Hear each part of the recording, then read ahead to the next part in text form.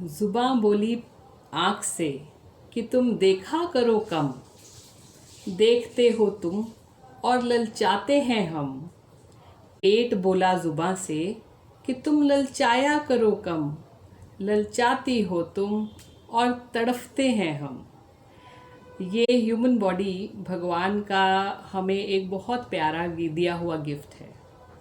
और सिर्फ ये ह्यूमन बॉडी ही नहीं, ये ब्रेन भी जो हमें मिला हुआ है, ये भी एक सुपर पावरफुल चीज़ हमें भगवान ने दी है। इसके अलावा भगवान ने हमें एक चीज़ और दी है, वो है विल पावर एंड हमारी चॉइसेस। बट सैडली ये विल पावर और चॉइसेस हम अंडर यूटिलाइज ही छोड़ देते हैं। आजकल के दौर में अगर आप देखें तो जिम जाना, फिट रखना अपने आप को बहुत इम्पॉर्टेंट होता जा रहा है। आज हम इसी के बारे में कुछ बात करेंगे कि ये कैलोरी डेफिसिट क्या है।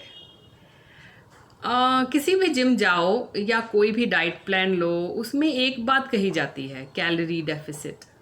अब बहुत से लोगों को कैलोरी डेफिसिट का मतलब ही पता नहीं चलता। मीनिंग पता भी हो तो प्रैक्टिकली कैलोरी डेफिसिट को कैसे करना है, यह तो बिल्कुल भी नहीं पता होता। यहाँ बहुत से लोग गलती कर जाते हैं और कैलोरी डेफिसिट को खाना ना खाना समझ लेते हैं। ना समझी में बहुत से साइड इफ़ेक्ट होते हैं जिनका उन्हें सामना करना पड़ता है, जैसे हेयर फॉल होने लग पड़ता है, उनके जॉइंट्स में पेन रहती है, cramps, loss of energy, pimples, skin का भी डिस्कलरेशन शुरू हो जाता है, आंखों के नीचे काले डार्क सर्कल्स आ जाते हैं। फैट लॉस तो हो जाता है, वेट लॉस भी हो जाता है, पर उनमें वो एनर्जी, वो चार्म नहीं रह जाता। Hello everyone, I am Maninderjeet और आज हम इसी विषय पे बात करेंगे कि कैलोरी डेफिसिट एक हेल्दी वे में किस तरह से करना चाहिए, जिससे आपका एक हेल्दी वे में वेट भी लॉस हो और आपको कोई हेल्थ से रिलेटेड प्रॉब्लम्स भी ना आए। मेरा ये वीडियो स्पेशली उन लेडीज़ और उन टीनेजर्स के लिए है जो नए नए जिम जाना शुरू करते हैं और कैलोरी डेफिसिट के नाम पे खाना खाना ही बंद कर देते हैं। तो आइए शुरू करते हैं। सबसे पहले नीड से कम लेना कैलोरीज को।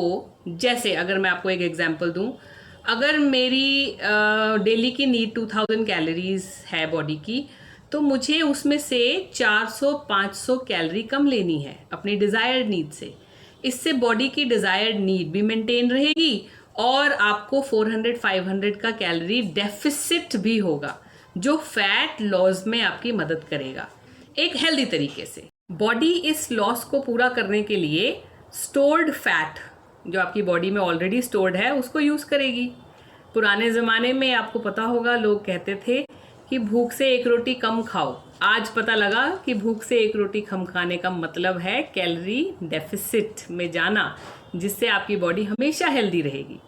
बहुत से लोग कैलोरी डेफिसिट के नाम पे खाना ही छोड़ देते हैं या बहुत कम खाना खाते हैं या एक टाइम पर ही खाते हैं। भूखा रह के वेट को कम तो कर लेते हैं, बट साथ साथ उनको दुनिया भर की प्रॉब्लम्स भी आ जाती हैं। उनका वेट लॉस तो हो जाता है, बट एक अनहेल्दी तरीके से।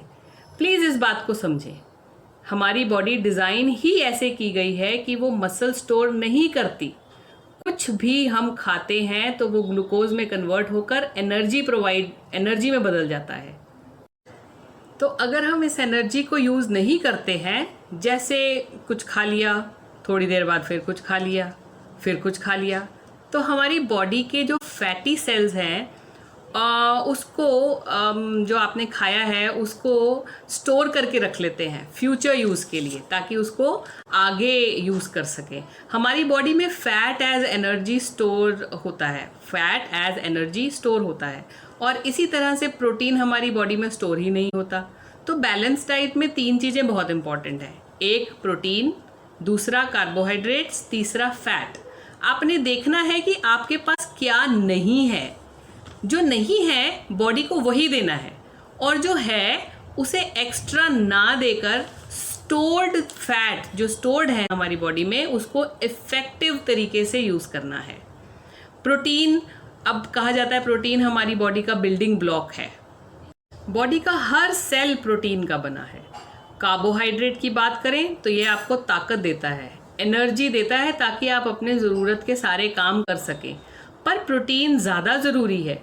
और एक बात बताऊं आपको, अगर आप कार्बोहाइड्रेट्स नहीं भी लेंगे तो भी बॉडी आपको एनर्जी देगी, क्योंकि स्टोर्ड फैट बॉडी में ऑलरेडी प्रेजेंट है। So protein intake is very important.